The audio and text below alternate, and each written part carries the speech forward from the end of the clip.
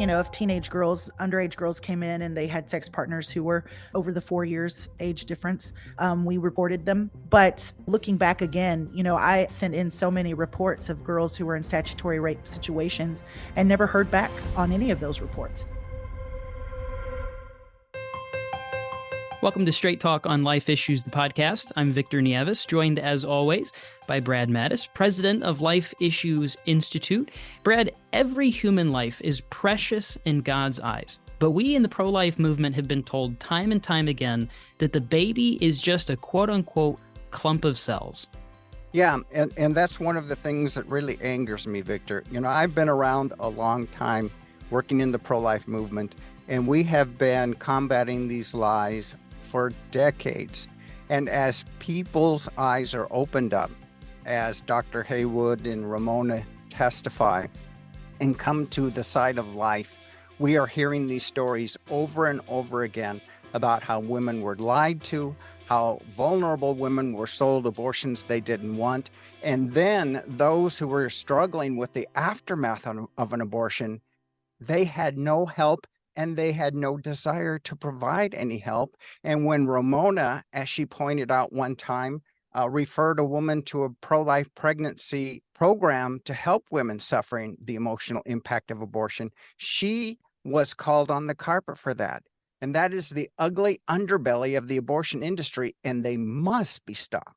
And Brad, that's what we're going to be doing today as we talk about the nasty underbelly of this dark abortion industry, an industry that you and I know this is a billion-dollar industry with a lot of money at stake. And we'll talk about that a little bit later with our fantastic guests. As you alluded to, joining us first is Dr. Haywood Robinson. He attended college and medical school in Southern California, where he received specialty training in family medicine. That was at the Martin Luther King Charles R. Drew Medical Center in Los Angeles. In fact, him and his late wife, Noreen Johnson, they actually met as residents at the medical center. And while there, they learned to perform the abortion procedure. It wasn't until his salvation in 1986 that he decided to turn his life toward pro-life work, and it's been a passion ever since for him.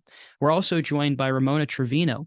She was the manager of a Planned Parenthood abortion facility in Sherman, Texas. Similar story to Dr. Haywood. That was until 2011 when God used the prayers, the public witness of a 40 Days for Life campaign to move her to leave her job and reclaim her walk with Christ. In fact, when Ramona resigned from her Planned Parenthood location, the center actually went out of business. She's now a wife, a mother, a grandmother, and an adamant pro-life activist. Dr. Haywood and Ramona, I want to welcome you both to the show. Well, first of all, I want to thank you for taking part in this very important program and lending your voice to the ears of our listeners. Haywood, could you tell us a little bit about your story? Thank you for having me on your podcast here. It's a blessing to be called by the Lord and to be a believer and to be part of Jesus's movement, because, he came to bring us light and to bring it life and to bring it more abundantly. But the Reader's Digest presentation or look at my story is a guy born and raised in Southern California, inner city, lower socioeconomic area, who was blessed to live in a safe home, not the best education, but good enough for me to learn to love science and math.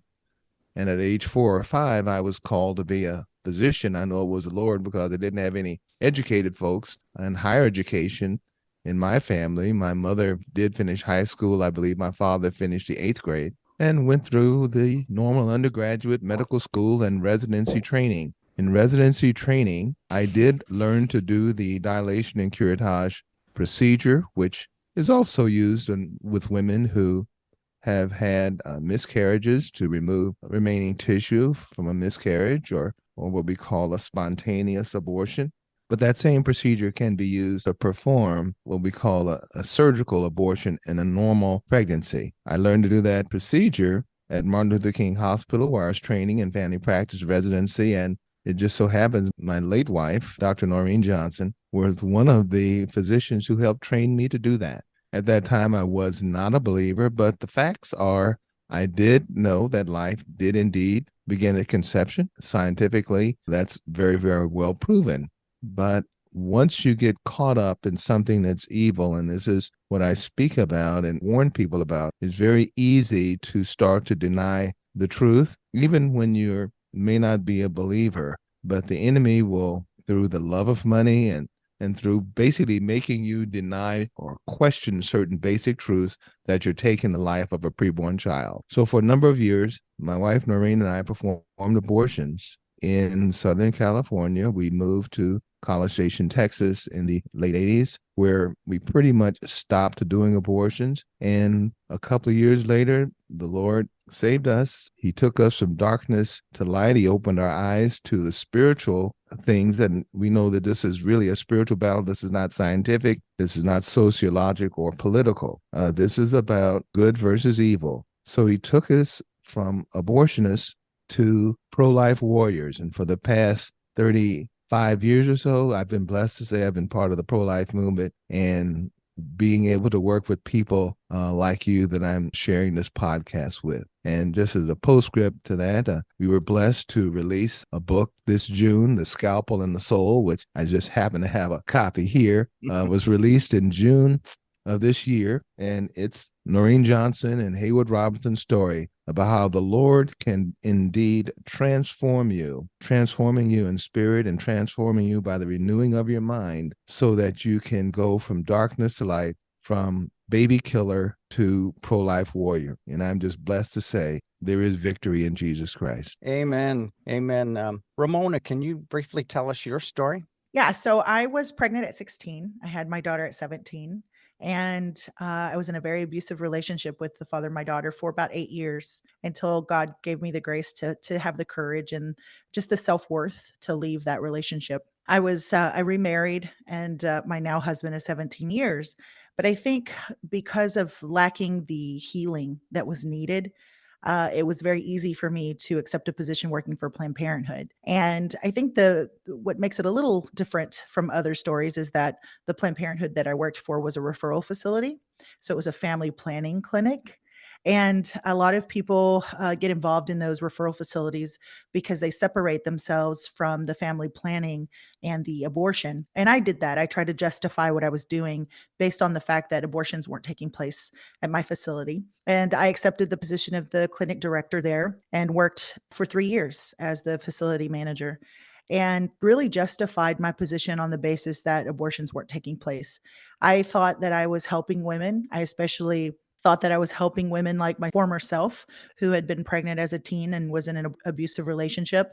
My goal was really to prevent those pregnancies, those unplanned pregnancies, and especially pregnancies in situations that were not ideal. And I didn't really realize that I was complicit in abortion and that I was helping facilitate an abortion until, of course, by the grace of God, the Holy Spirit started to move within me and open my eyes to the reality of what I was involved in. And ultimately, it was 40 days for life through prayer and vigil and fasting that I was able to finally take a leap of faith and leave my position working for Planned Parenthood. And not only was I converted, but 3 months later, the facility that I once managed also shut down permanently.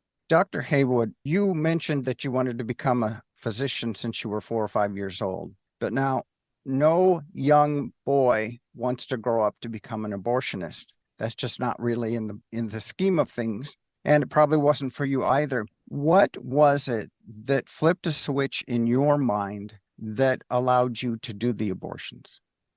Well, what I experienced is what I wrote about in the book also, and that is the enemy is very slick. He's very incremental in the way you're seduced into what he wants you to do. First is that you see an abortion. And what I tell young people, don't even go into the abortion room. There's no need to really watch an abortion video. The eyes are the window to the soul. It's just like me telling a young person, let's just have you watch just a little bit of pornography. It's not going to hurt, but you need to know a little bit what it's like, because it's one of those things that happens in medicine and you need to know about it. Well, so you get exposed. The eyes are the window to the soul. So the first seed in your eyes are where you get most of your sensory perception. 70 to 80% of it is through your eyes. It goes into your central nervous system. Those images are there forever. So you may say, oh, wow, that looks a little That's right. Maybe I have a little bit of cerebral queasiness, so to speak. Well, the next thing you watch it again, and you notice it, maybe it's not so bad. It's easier to watch the next time. And then the next time. Well, then we have a saying in medicine, you see one, you do one, you teach one.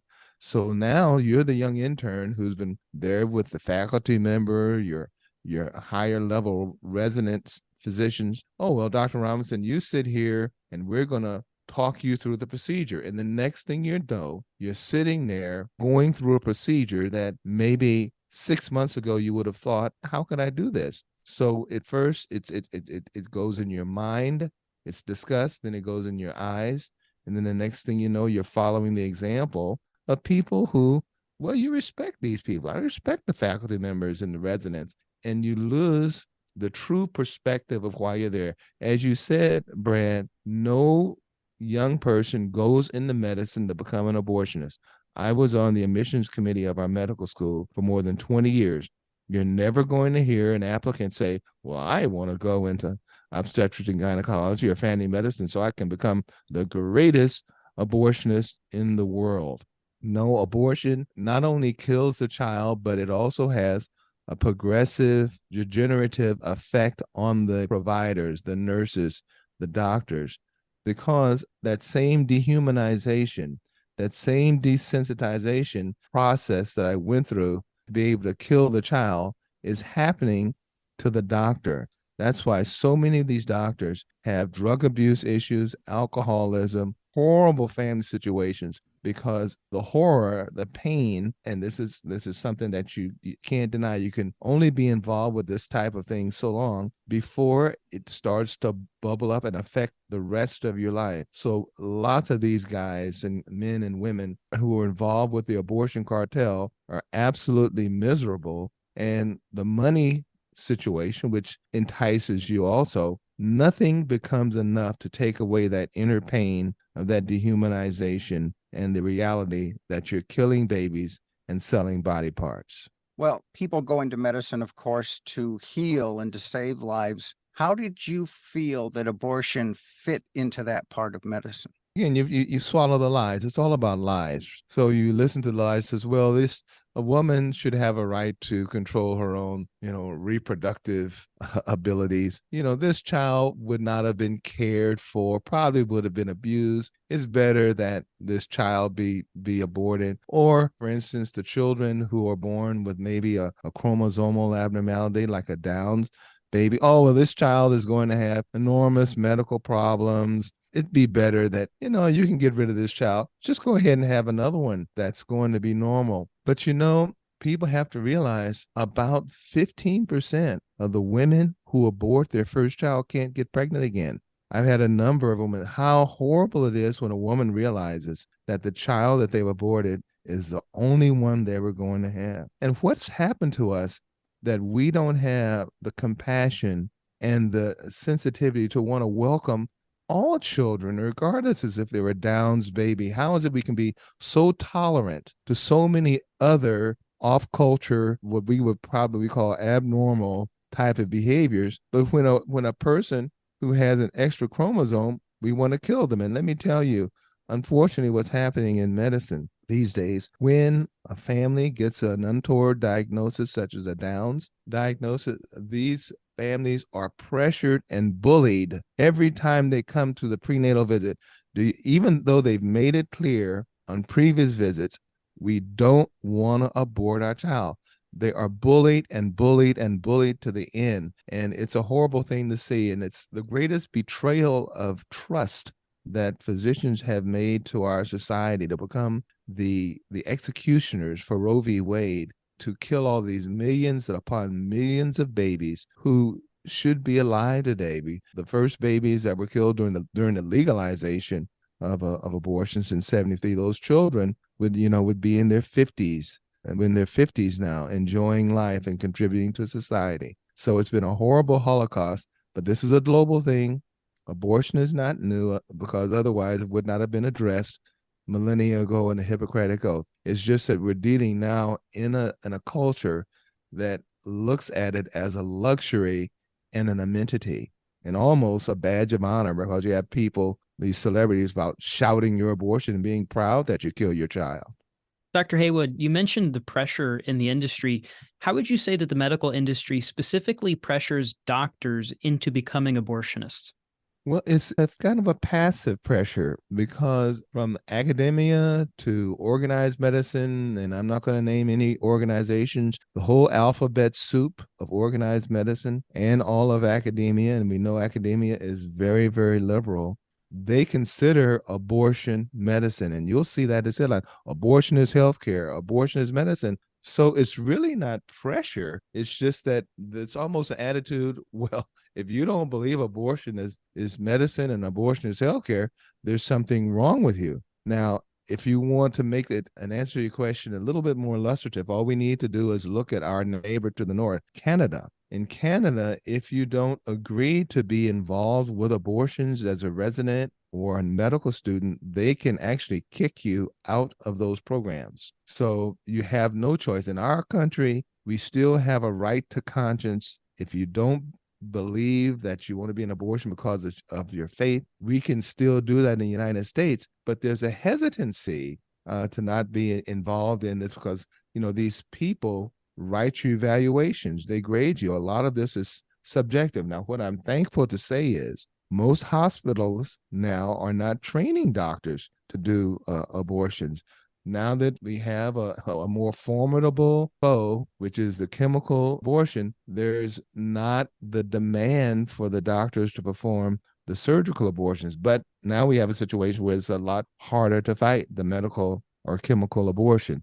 But so it's more like a passive pressure, just like if you don't agree with all these gender issues, now it's institutionalized in administrations and all these schools, that if you don't drink the punch and speak the lingo, you'll be penalized. So it's easier kind of to just go along to get along, so to speak, in a quasi-passive way. But, we have got to stand up. If you're a believer, you have just got to stand up and be a Christian first, and a medical doctor or a medical student second. Well, Dr. Haywood, as a former abortionist, thankfully, tell us what it was like performing abortions. Basically, you separate yourself from it. Just think of a regular Saturday morning. Noreen and I would get up and go to the abortion facility. And I'll tell you right up front, nobody, at least I didn't, enjoy doing abortions. Who would enjoy killing babies? But I was really doing it for what? You do it for the money. I wasn't doing it to help women, right? Who does an abortion to help a woman? Well, that you may say you're doing it, but no, abortions don't help women. You're doing it for yourself. You're doing it because the money is easy. You get up, you get into the facility. Now, we've heard the other side say things like, well, abortion is something that's a choice between the doctor and the patient. Well, that's really not the case, because the first time that the doctor sees the patient is when they walk into the exam room or the procedure room to perform the abortion. And you may not even give that person eye contact. You walk in, you mumble something like, well, I'm Dr. Robinson, boom, boom. This may take about 10 minutes. You go in there, bam, bam, bam, and you're off to the next abortion. And the way it works in an abortion mill, you always have another room where the next abortion is getting ready to be performed. So you just go from room to room, just like a conveyor belt. The woman is taken into a recovery room where she really doesn't recover. They may give her a graham cracker and some juice, and then they kick her out. And of course, they've taken her money before the procedure was done. So it's very desensitized, dehumanized, depersonalized. And I've had the opportunity, since I've been and working with the ministry I work with now, 40 Days for Life, where I've looked at the faces of the women as they come out from getting an abortion, and the amount of, well, they're still feeling physical pain, but it's so painful to look at the pain that you see in their faces after they have lost their child and had their child taken away. No normal woman really wants to harm their child. It goes against the natural physiology and the natural behavior of any animal, matter of fact, to harm their young. So abortion is totally unnatural and damages a woman deeply when they lose their child, particularly when it's their fault. But it's a horrible way to, and you can't wait to get out of there and move on. It's not a fun place to work, really. How did you dispose of the babies' bodies? Well, that's interesting question. A lot of these facilities basically just had garbage disposals, or it was sent into the basically the same place where garbage would go. Now, certain laws were passed where they had to be disposed of as quote unquote hazardous waste. But lots of times these facilities, they were set up in a strip mall or whatever. They didn't have the appropriate or didn't use the appropriate hazardous waste or collection services that they should be using. It's really a horrible thing to see. So many times, very inappropriate disposal, but also, as we saw covered in undercover videos, in these later term abortions, the baby parts are harvested and sold on a secondary market, and that's another very evil side of abortion, is the selling of the baby parts. Were you ever asked to change your method of doing the abortion so that the body parts would be more sellable? No, I, being a family physician, really didn't get involved with the later term abortions. The obstetrician gynecologist, it takes what's the best way to put it? A higher skill level. I was not involved with those second trimester and later abortions, but our audience should be aware that abortion is indeed legal up until delivery, basically. Well, we're told that the body parts of children had to be reassembled at times to make sure that everything had been taken out of the uterus. Did you ever have to do that, or did you witness that being done? Well, I've done that. Sometimes the nurse will, or whoever collects the specimen from the suction container, will in the lab try to account for as many of the pieces as possible, because when you leave things there, it's going to cause possible infection and bleeding. But yeah, either the doctor, but many times nurses or assistants will go through basically it's debris. It's the debris of a destroyed, macerated child. When you were doing that, piecing that child back together, what went through your mind?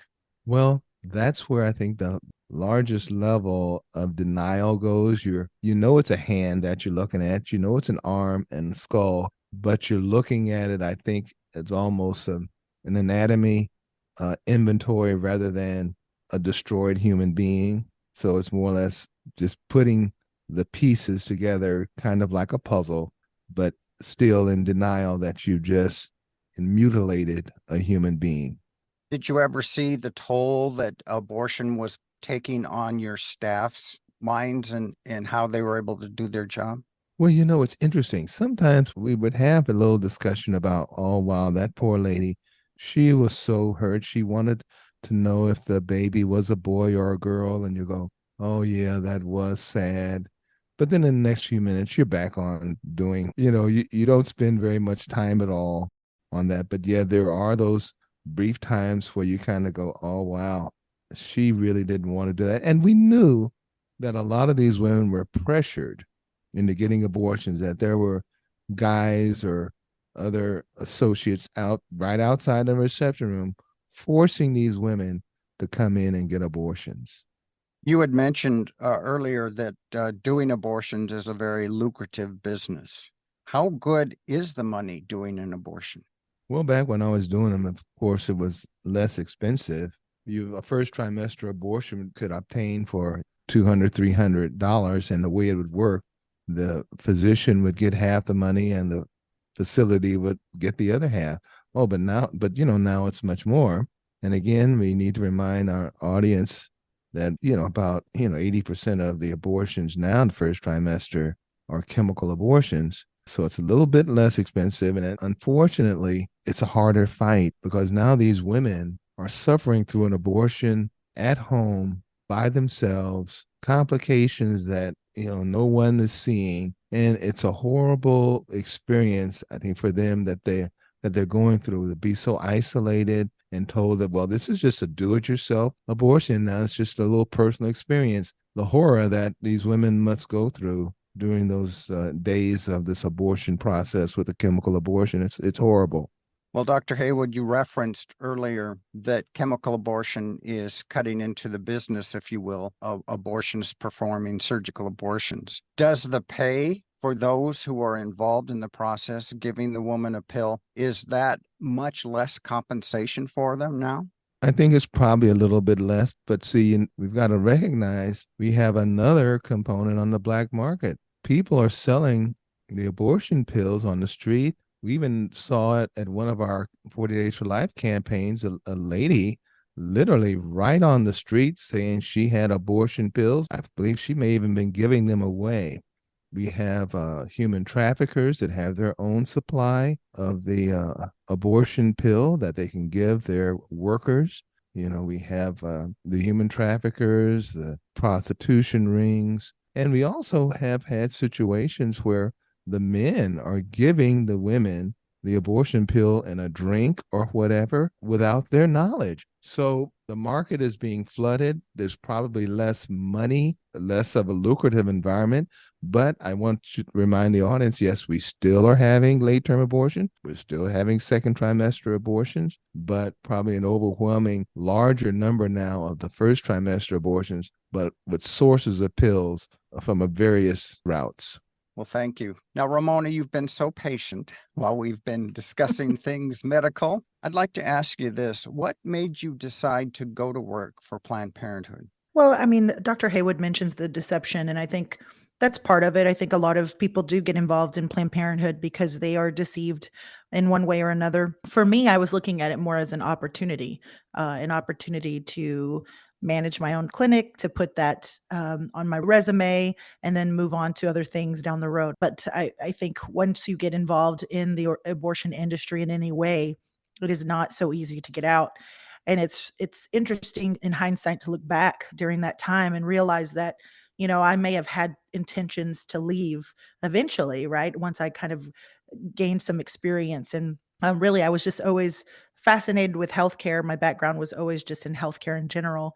And so that's really what I thought I was doing. I thought I was involved in healthcare. And once you get involved in Planned Parenthood and you're inside that industry, you realize that it's easy to adopt the mentalities and the ideologies that people have inside those walls. And it's not as easy to get out. So when I look back and I realize what a grace it was and what a miracle it was for God to pull me out of that organization and in really a short amount of time by comparison to others who have left the abortion industry, I find it just miraculous that I was able to leave so quickly. Sadly, 3 years too late. It would have been best if I'd never been there at all. But, talk to ex-workers who've been working there for, who had worked in the abortion industry for 17 years and 10 years and so on. And by comparison, I think, wow, 3 years is not so bad, right? But I could see where I could have easily stayed and climbed the ladder and probably gone deeper into that darkness, because I did see myself changing from the person that I was when I first started versus the person that I had become as time went on. And Ramona, how do Planned Parenthood employees respond when they're faced with, for example, instances of sex trafficking, statutory rape, incest, these kinds of circumstances? Yeah, sex trafficking was one of those moments where it was a catalyst that actually led to me ultimately leaving and opening my eyes to Planned Parenthood. So there was a lot of things, a lot of pieces of the puzzle that had to come together before I could finally see that I needed to get out of there. But we actually had a moment in 2011 when Live Action had released an expose, an undercover investigation exposing Planned Parenthood workers willing to aid and abet in underage sex trafficking. And we attended a so-called training of staff on how to, identify this, how to report it. And so when I attended this quote unquote training, I thought that's what I was going to receive, right? And it turned out that the training was really training us as employees how to not get caught by these pro-life undercover investigators and that sort of thing.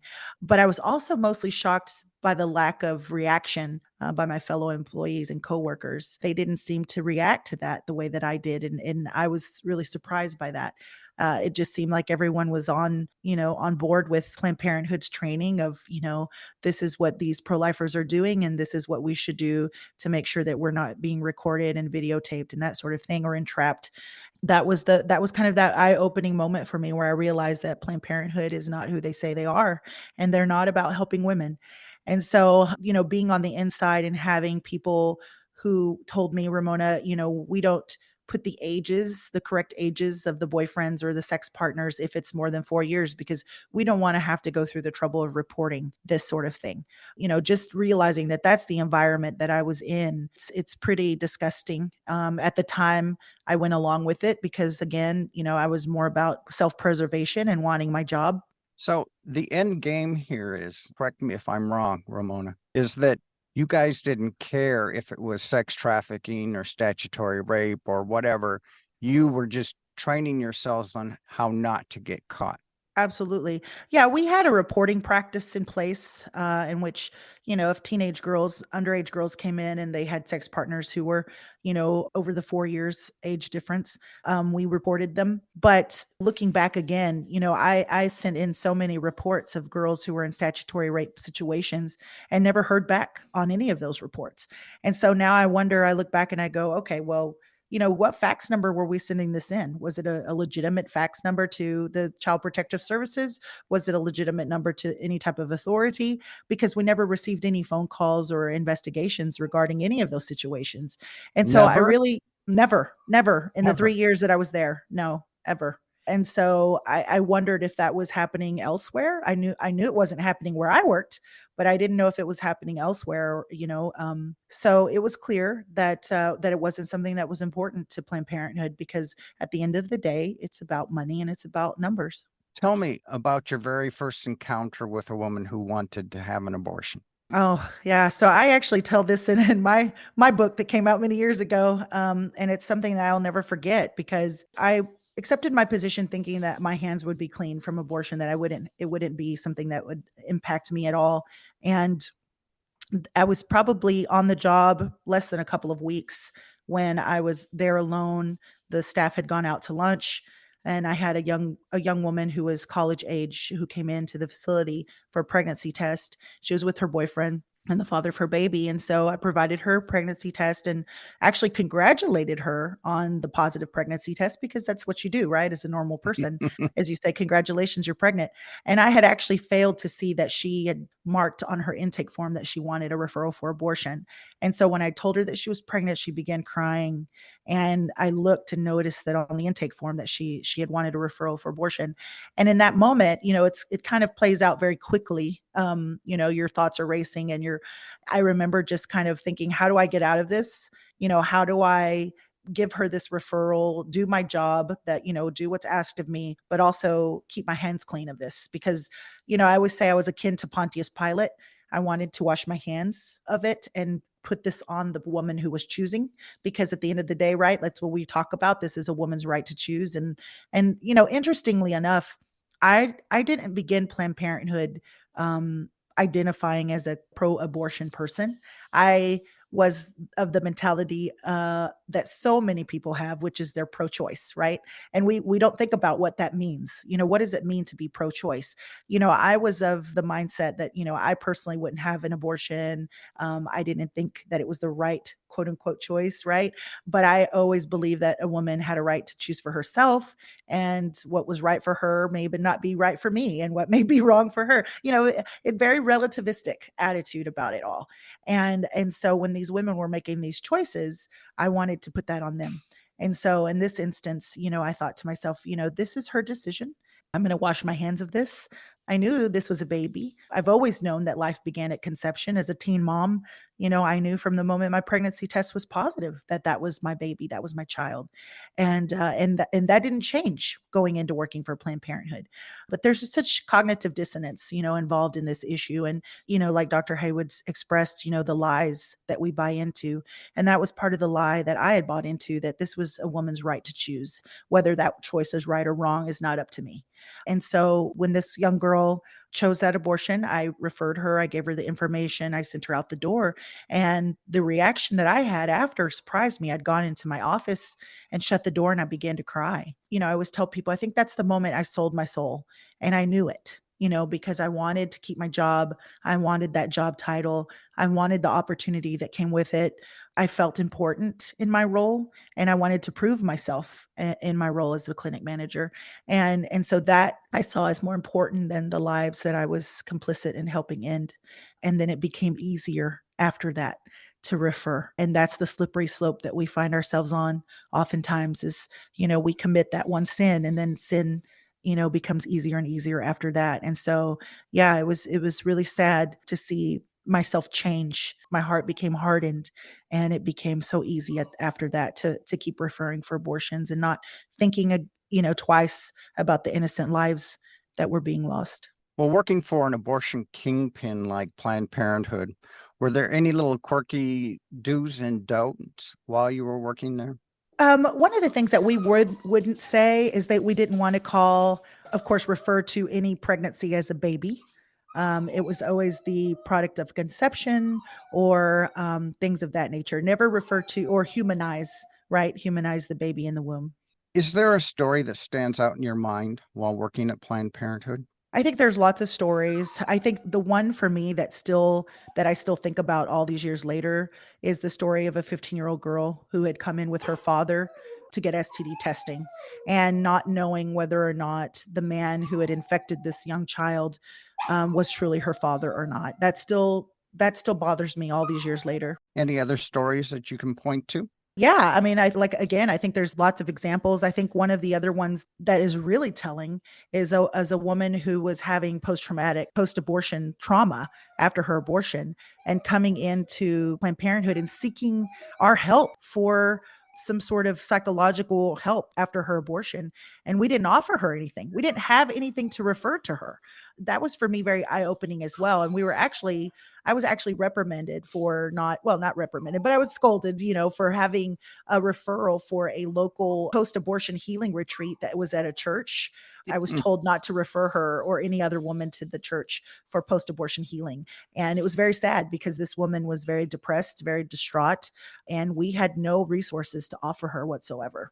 They don't want to acknowledge that there is hurt and harm psychologically at all. Not at all. And not only that, I was told, the reason that we didn't refer to this church organization is because they would be judgmental of this woman, that they were going to judge her and shame her for having had the abortion in the first place.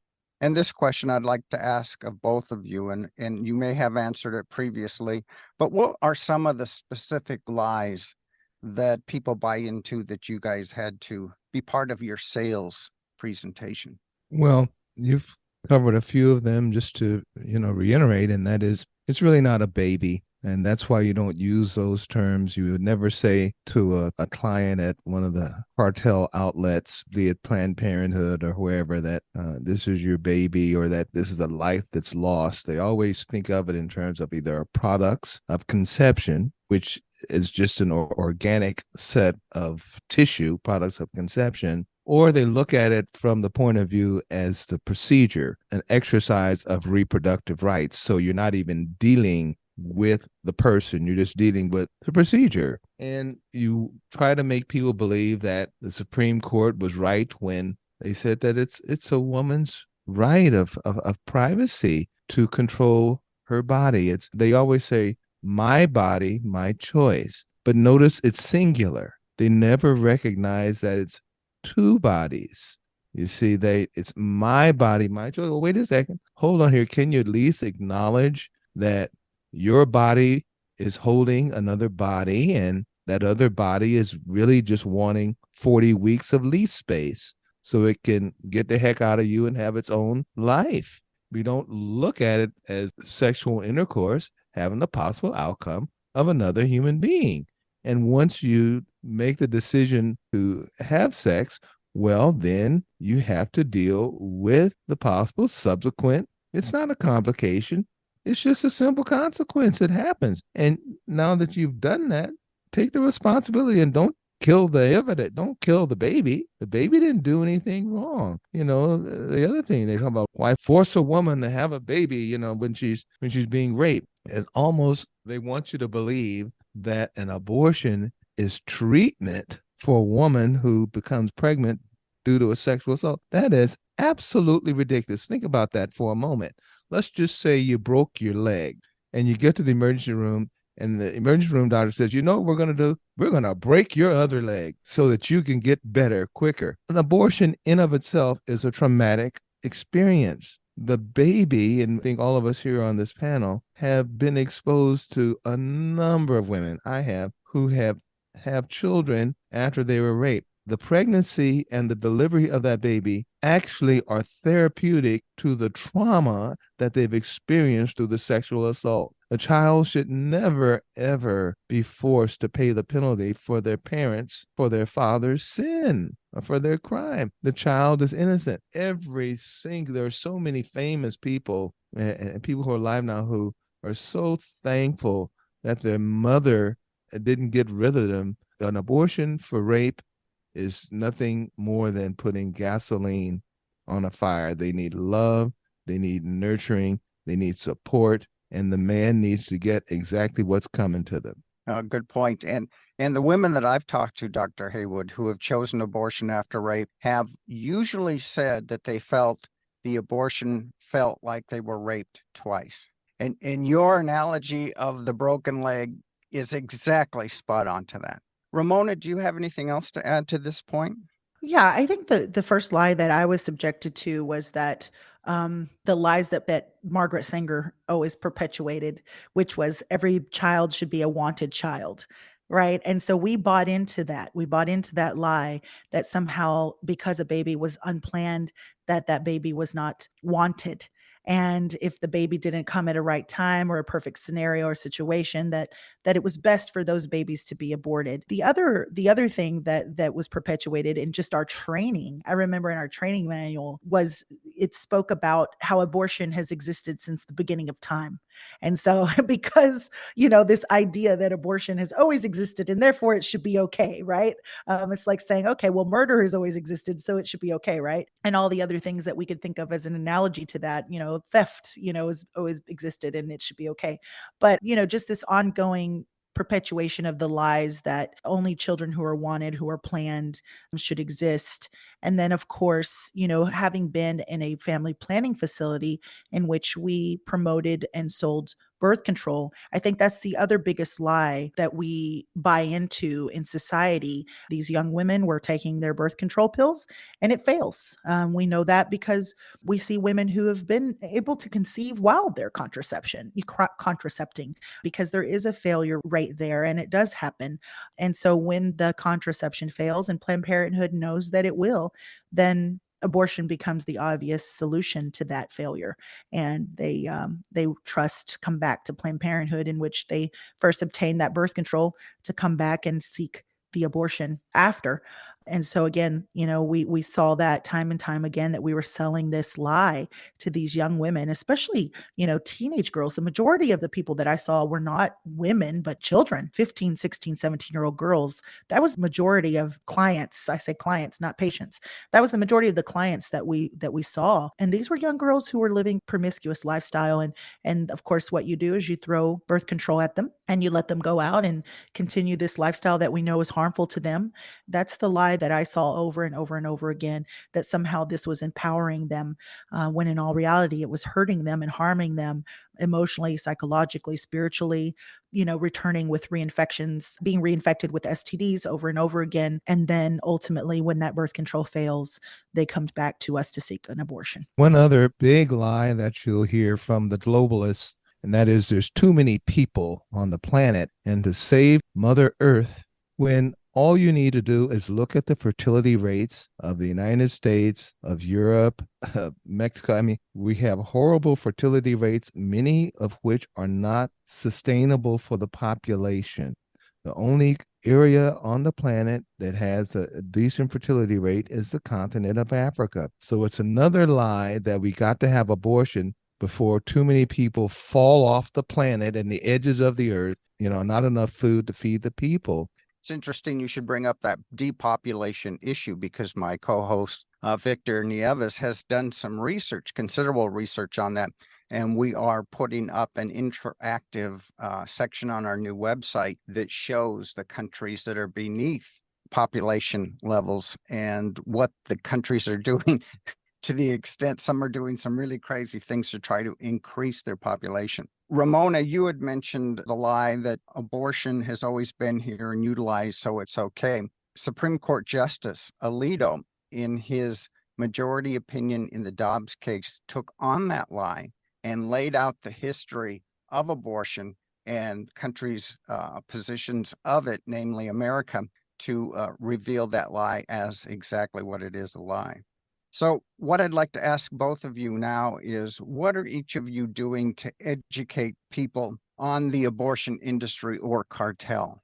Well, Ramona and I are both working with 40 Days for Life, which started right here where I live in College Station, Texas, a very simple model where it started here. I was at the first prayer vigil in front of the Planned Parenthood facility, and many people in the pro-life movement have seen the movie Unplanned with Abby Johnson, the director that left. And what we do is we stand and pray. Babies are saved, facilities are closed, and facility workers find other work. And prayers of the righteous availeth much. And it started here in College Station, and when we have 2 40-day prayer campaigns a year, and we're all around the planet now, Mexico, Canada, South America, Europe, and we have almost 700 prayer campaigns that are working, and we're seeing those results all around the world. Now, what we do is, being on staff, we travel to the various campaigns where we speak to those that are praying. We also speak to various audiences about life. And part of what we're encouraged to do is be on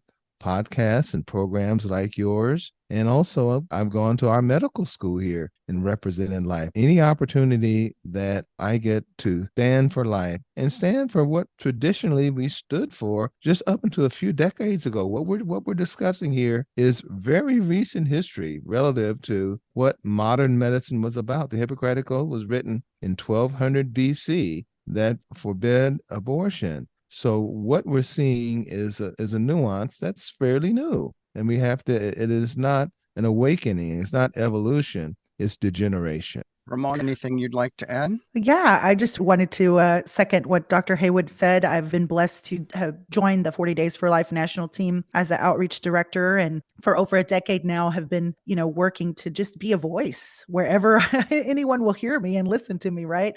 Whether that is, speaking engagements or on radio or any type of interviews on print. But now, having joined the national team, it's a blessing to be able to travel more, to be able to visit vigils, to share my testimony and my own personal witness of having been prayed out of the abortion industry. And I think that's a big part of this too, because there's this part of the abortion industry that no one really considers to be a threat, and that is these referral facilities. And so being able to share my testimony and give that insider information to people is a way in which I can help further the cause and open people's eyes to the side of Planned Parenthood that kind of gets a pass by a lot of people. And so I think just given that opportunity to speak at conferences and visit vigils and travel the country and just really be in the grassroots, connect with people on a personal level, it's been phenomenal and such a blessing.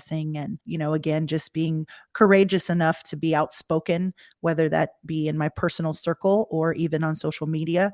I think that's also important as well, because so many people are involved on social media platforms. And so it's another tool that we can utilize to do outreach as well and just speak on life and be defenders of life. You are both uniquely positioned to impact others by where you've come from. So I'd like to ask you to address different demographics of individuals. I'd like both of you to respond to these questions. What would you like to say to a woman who's considering having an abortion?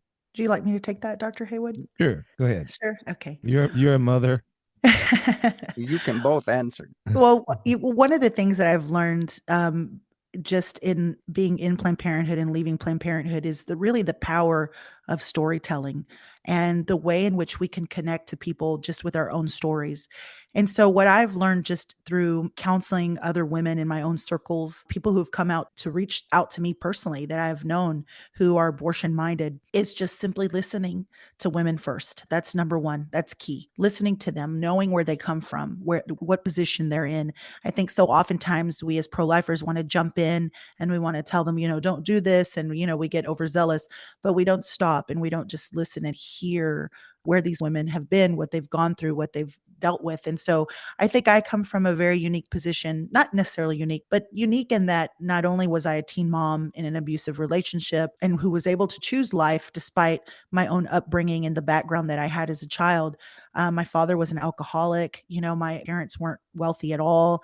I was the perfect candidate for an abortion at 16. and I chose life. And being able to just share my own personal testimony with women and tell them, I've been in your shoes. I've been in your position where I was a perfect, candidate for abortion. I was in a crisis pregnancy.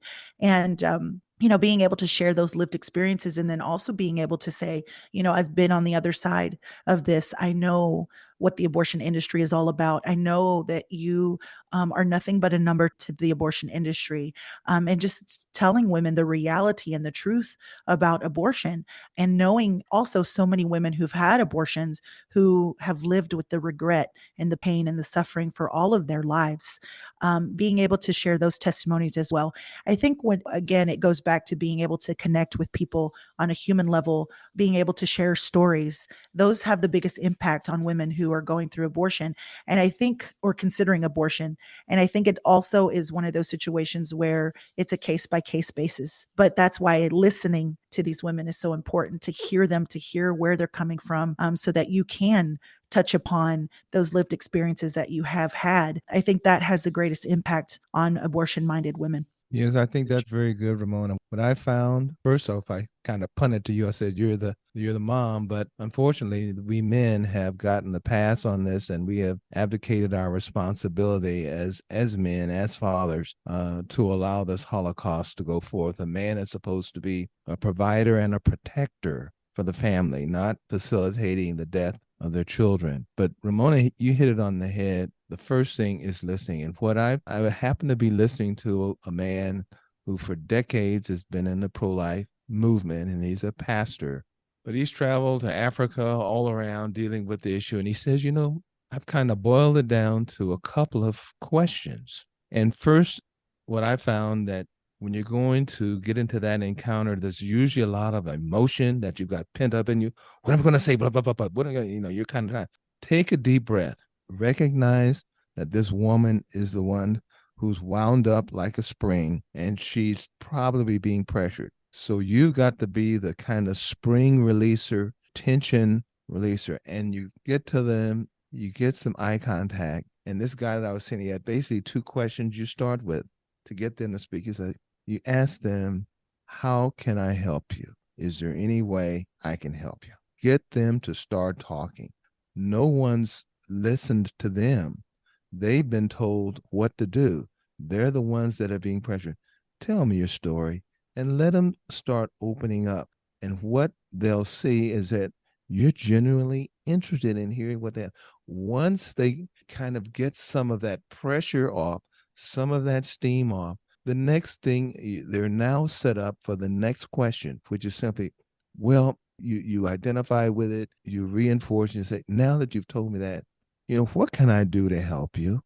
But you have to be sincere asking that question, but you also have to be prepared to tell them now, what are some of the things you can do to help them? Well, at my church, we have these resources available. I know of a pregnancy resource center I can take you to, and we can work out. You possibly getting an ultrasound to see your baby, showing you that we've got resources for baby clothing, etc. Maybe you can tell them about a maternity home, and tell them about all of the resources that people who really care about you and your baby. Slow them down, ask him those two questions, and build a relationship, because you got to remember that the Lord is indeed more offended by abortion than we are. And the Lord is more interested in saving this baby than we are. So he's going to anoint you and give you the words and give you the openings to that woman's heart so that you can possibly save that baby. Do we save them all? Of course not. But if we're sincere, if we know the resources, we can get these women directed to places and the things that they need to save the baby and to provide a safe place for the woman to have her baby. Dr. Haywood, I would like you to speak directly to a man or men who may be listening to this program and are pressuring or maybe even coercing their partner into having an abortion. Talk to this man. And that's what we've got to start doing. We've got to say, basically, well, the men we got to talk to differently than women, obviously. We want to make it seem like men and women are the same. No, they're not. Men and women aren't the same. They're different for obvious reasons. I could never endure childbirth. I'm not even going to pretend that I could. We've got to speak to these men, look them right in the eye and say, man up.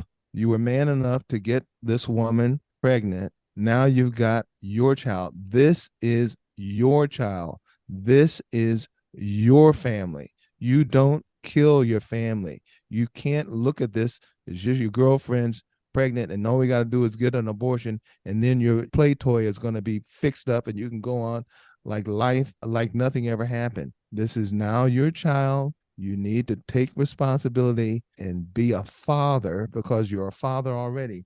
We need to tell the mothers and the father, you don't become a mother or a father when the child is delivered. You're a mother or a father when the child is conceived. But nobody holds the man accountable, but we've got to start doing that. Be a man, be responsible for your behavior. And if you aren't going to be the father and stand up and do that, well, at least get out of the way so that the woman can have her baby, at least help in the situation if there's an adoption to come out, at least help in a positive way. But please don't make a baby and kill it. And so we just need to be firm with these fathers, talk to men like they're men. We've feminized manhood. We've got these terms, what do they call it? Toxic masculinity. Toxic masculinity, real women want masculine men. A real woman doesn't want a sissy. But Right, we've fallen for it. We got a bunch of the men that are tied up in all this sexual stuff. They're really sissies. They don't want to be responsible for their manhood. It's as simple as that. But we've got to be the one. It's only a man can hold a man accountable. We got to be firm. Did you want to add anything to that, Ramona? There is just one thing I want to add. And one of the things that I've learned throughout the years is how different men are from women in terms of both the way that they react to a crisis pregnancy and how they respond to an abortion. We oftentimes want to believe that men don't suffer from an abortion, but the truth is they suffer differently than women do. And we see that fall out all around us, just the same as the way they respond to a crisis pregnancy. If men are providers and they're supposed to be protectors and providers, I think one of the knee-jerk reactions to an unplanned pregnancy for men is that I don't have anything to provide. I don't have anything to give. I'm not in a position to be a father or a good, husband or whatever the case may be of the situation. And so, women find themselves in a crisis pregnancy and their reaction is much different than a man's. And so I think we need to look at this more mercifully, because oftentimes what we do is we vilify all men as, the villain in this story, and they're not. God created us both and he loves both men and women, and we are very different from one another. And so I think that's one of the things that I've really opened my eyes to throughout the years is just seeing that and seeing the realities of how both men and women respond to this, and knowing that they both also suffer after an abortion. And so, just like women, we want to spare them from a lifetime of pain and suffering. We want to spare men as well from a lifetime of pain and suffering, and them really emasculating themselves when they encourage an abortion, because it's not part of who they are. They're not supposed to encourage the death of their own children. They're supposed to protect them. And so abortion has emasculated a lot of men in that way because they think they have no voice. If I could tell you how many times men have said, I'm just here to support her. I'm here to support her choice. And what I want to say, what about you? Where's your voice? What do you have to say about this? And they really don't know what to say, because for over 50 years, the propaganda has said, this is her choice and you have no say. And so like Dr. Haywood said, we, really need to get these men to man up. We need to get them to understand that they have an important role as that protector and that provider. And so many babies that have been saved over the years because the man has gone in and pulled women out of the abortion facility, and told them, don't do this. They've been able to be that hero that she was looking for all along. And babies have been saved that way. So, for any man who's listening, I want them to know, that your voice is important, and we don't want you to deny who you are and who you were created and meant to be, which is the protector and provider of his family. And one other thing we want to be aware of, and Planned Parenthood's founder, Margaret Sanger, was a eugenicist who felt there were certain racial stocks that should not be proliferating. But we have now, due to that eugenic philosophy, Black women experience abortion at twice the rate of their white counterparts. So, abortion, in essence, is a Black genocide. Now, when we look at the abortions, that's very significant. But when we talk about the other issue of not being fathers of the babies that are born, look at what's happened to the Black community in the United States. 70% of Black families that are started now are led by female. Look at what's happened to the culture within a lot of Black communities.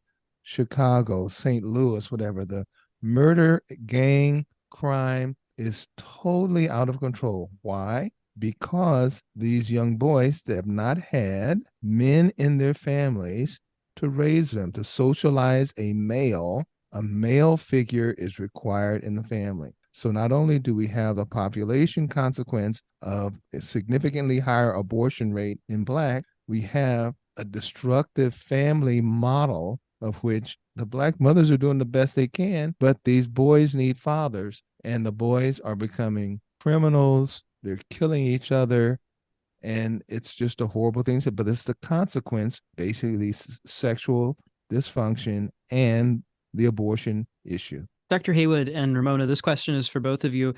What's your message specifically to medical doctors who are currently doing abortions? What would you say to them? Well, I would say we need to go back to our roots and what we were called, as we've said earlier in this program. We were called to be physicians to do medicine. Medicine is for the purpose of improving health, comfort, healing. That's the sole purpose. We were never called to do euthanasia or kill babies. That is totally outside of the scope that we were created to do. Unfortunately, the physicians who know the truth, many of us, are just too bashful to stand up and speak the truth. The doctors that are doing abortions are a small minority, but we've allowed the tail to wag the dog. The righteous, many times, we're just this silent majority, so to speak, sitting around, well, I don't believe in it, but who am I to say? And, that's just the way it is. Rather than making a difference and speaking out and demanding that we go back to our roots, we don't do that. It's too passive. It's the saying how, what happens when good people do nothing. Evil will prevail. Life abhors a vacuum. We've got to be the salt and the light in society. It doesn't take, God never uses an overwhelming majority of people to put forth his kingdom and to put forth his point of view.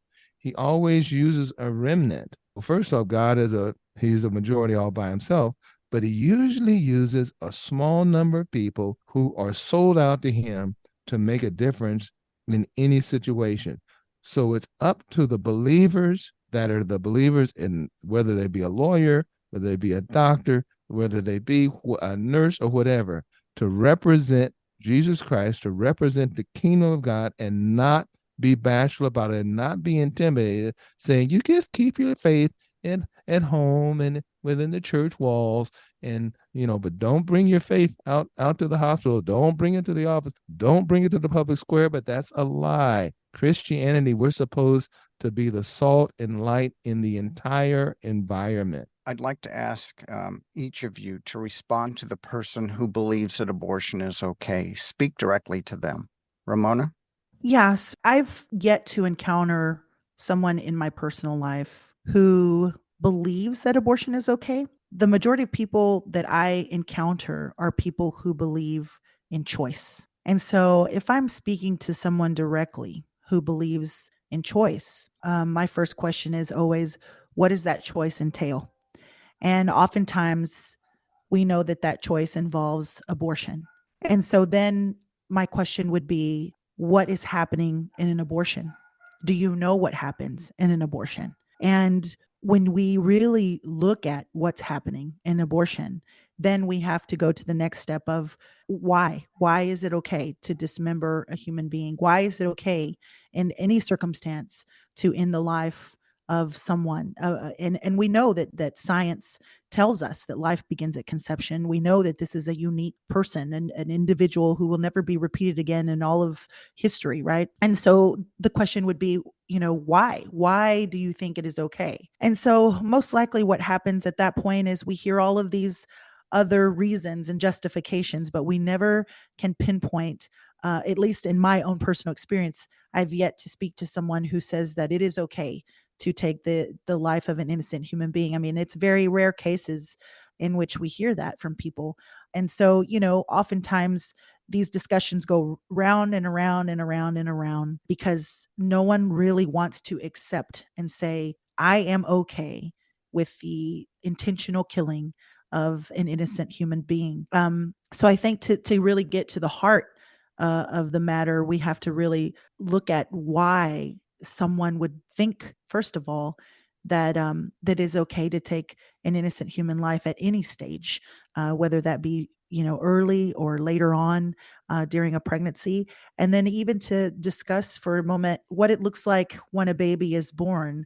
Are we, at that point, are we okay with killing a baby right after birth? And we know that there are people who are advocating even for that. So I think it's oftentimes not necessarily a difficult discussion to have, but it's difficult to really know what to say to someone unless I know what their rebuttal is going to be. Because I've been in these conversations with people, and oftentimes we go around and around and around the issue, but no one ever really wants to just flat out say, "I'm okay with killing an innocent human being." Usually, they find all the justifications for doing so, versus just saying, "Yes, I'm okay with the ending of with innocent human life." Well, what I like to share with people is first off, tell them, this baby, I know it's probably unexpected by you. It's maybe a shock. You may be in school thinking that, you won't be able to finish, but God put the baby there. And I think most of the people you talk to do believe in God, even though they may not be a believer. And if you believe that God put this baby here, then there's a purpose for that baby. Then I go on to share that my experience with abortion, can tell them that I've been involved with abortions and I know that it's wrong to take the baby's life. I could share, and it's in the book that my wife and I wrote. I've basically bullied my girlfriend into killing my first child. Now, I regret that I don't have that boy or girl, I believe it was probably a boy, who I could call my firstborn, who I could call my son, who would be 50 something years right now, for 50 something years old. You need to tell these women that the overwhelming number of women, and you may as well say all women, regret having the abortion because down the road they recognize that they really did want that child, that they could have, maybe they may have had to go to school a year longer. Maybe they would have had some hardship, but when that baby grows up, they're going to be so glad that they made the choice for life. While on the other hand, if they get an abortion, they're going to spend the rest of their life regretting, truly regretting that they took the life of their child. Because you see, women, when they get pregnant, a clock starts. They know when they're going to deliver. So that woman who aborts their child around the due date that they would have had, they know they should be delivering. When they're sitting on a bus bench or sitting in an auditorium and they look over and see a 2-year-old child and it's 2 years after their abortion, they say, my baby would have been 2 years old. They go to a high school graduation 18 years after they got an abortion, and then they say, wow, my baby would have been graduating from high school and I would have been there in the audience, but I aborted my baby. You see, we've got to let these women understand that the baby has a purpose, and there's a purpose for every single life, even though it doesn't seem like it at the time. But God put the baby there to prove that, okay, you work to get the baby there. Yes, I make all life, but it's going to work out. It's going to work out. There's a purpose for every life, and where there's life, there's hope. When you take away life, that brings sorrow and pain. Good point. Good point. And I've said it time and time again that we need to look upon our adversaries with love, because a lot of them have come to the light side, away from the dark side, and are our best ambassadors for life. And you two are very good examples of that. And we thank you for being bold enough to listening to the whispers of the Holy Spirit, answering him and joining to be on his side. So Amen. thank you. Thanks for having me.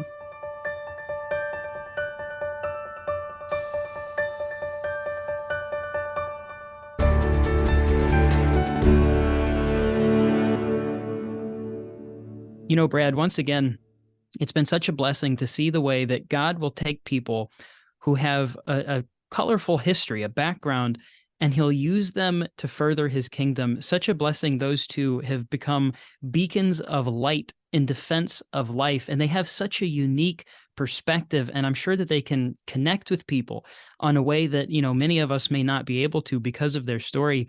And it's just so wonderful to have that insight from our guests. Yeah, and I don't think people can argue with their stories. I mean, that is their story, and it's pretty hard to say you're lying or you're making stuff up. I think that the feminists should be outraged about what was said today. Where are they?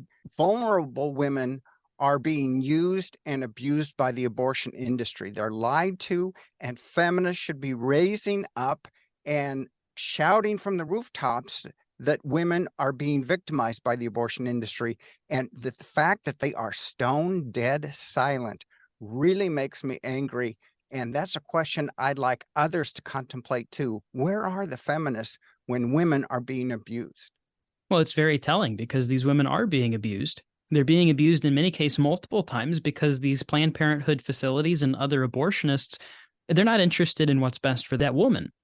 They're only interested in how they can best make a quick buck. How can they profit off of a woman who's in many cases a very stressful, a very scary situation in her life, and they sashay on in there like a snake oil salesman, telling her a whole bunch of lies and then cashing out, and they run off. And we heard it from our guests, they leave them to dry. If a woman is traumatized, as many of them are, after her abortion, and she goes back to this facility and she wants some help with the trauma that they just caused her, they give her a cold shoulder. They couldn't possibly care less. Snake oil salesman. I like that, Victor. Well, to our listeners out there, we have an abundance of free resources on our website, lifeissues.org, including resources from today's program, things that you can share with your friends and family. Help shine some light on the ugly underbelly of abortion, their connections to sex trafficking, their racist agenda, as well as resources that you can share with people about 40 Days for Life and books from our wonderful guests that we had on. In addition, I want to encourage you to join the Life Defenders today. Be a daily part of our work to save babies and continue to promote a culture of life across America. Giving monthly in any amount is a tremendous commitment to the pro-life movement, one that you will not regret. We can't all be sidewalk counselors. We can't all share our personal stories on a big stage, but what we can do is support vital pro-life education through a monthly donation. Monthly giving helps us reach more persuadable people with a pro-life message, and monthly giving enables the creation of this very program. Help us do more for the babies by becoming a Life Defender today. You can easily sign up on our website, lifeissues.org. While you're there, be sure to let us know what you thought about today's program and tell us what topics you'd like to see us cover in the future. Once again, that's lifeissues.org. Be sure to tune in next week for another Straight Talk on Life Issues.